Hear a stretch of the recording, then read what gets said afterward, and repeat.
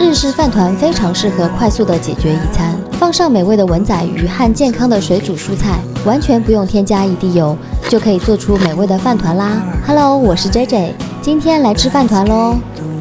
水开后加入少许盐，再放入青江菜。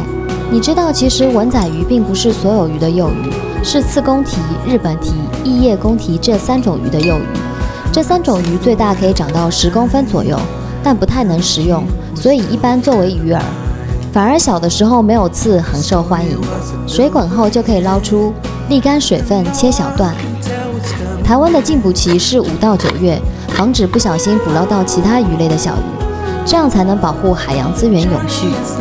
切好的青江菜加入饭里，再加入咸昆布、文仔鱼，搅拌均匀。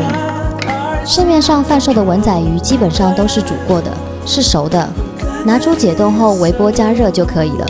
熟的文仔鱼是白色的，生的是透明的，所以买到生的文仔鱼一定要煮熟后再食用哦。现在来捏饭团啦，可以用手直接捏，也可以戴手套，但要记得沾点水，这样才不会饭粒粘在手上。